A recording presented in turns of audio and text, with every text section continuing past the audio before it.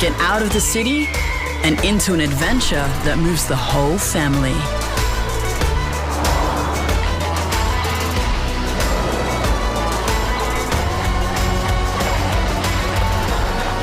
Prepare to be moved. The all-new Nissan X-Trail.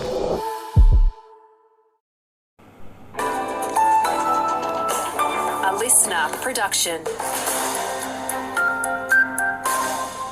More money poured into homelessness support services, Mount Gambier to get behind the big freeze, and another successful 100-mile classic. Good morning, it's Amy Ross with a Limestone Coast local news update. Some wet weather across the region today. We're heading for a top of 16 in Mount Gambier and in Narracourt. The state government is hoping to stop more people becoming homeless by investing more than $100 million into specialist homelessness services. The funding comes at a time of rising interest rates, low rental vacancies and increasing cost of living pressures, and renews the contracts for a further 2 years for 5 differing homelessness alliances operating across the state. Mount Gambier is looking to smash its record for motor neurons disease fundraising. Last year, the city raised more than $40,000 for the Big Freeze campaign, topping the state's leaderboard for donations. Shoppers at Mount Gambier Coles were the biggest contributors, and store support manager Beck Bell is hoping they'll be just as generous this year.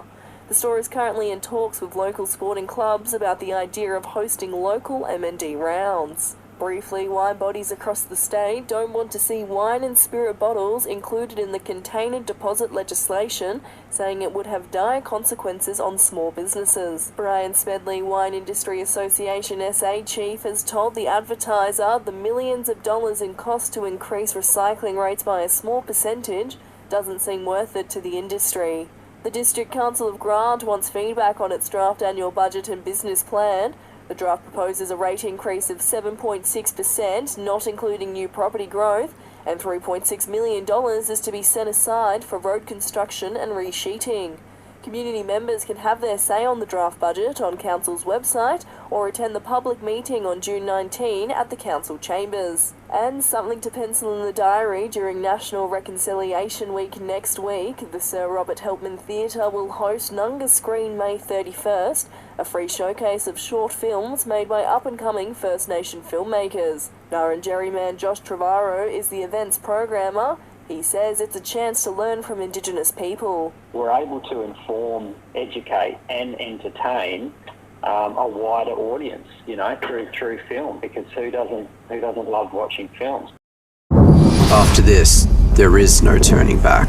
You sip the red can, the story ends. You sip the black can, you enter dreamland, and I show you just how good the truth can taste.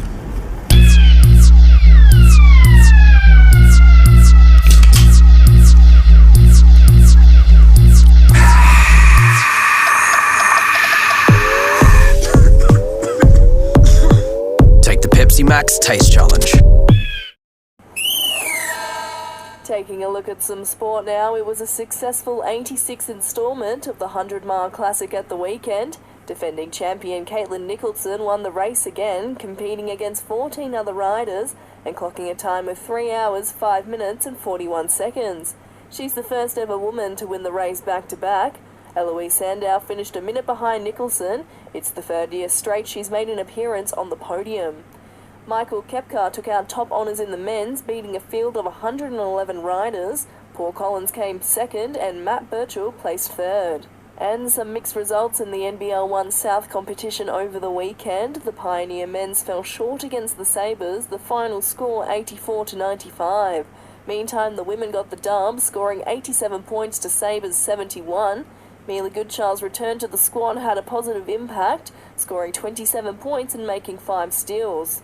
That's all from the newsroom for now. For the latest local news throughout the day, download the LISTNR app.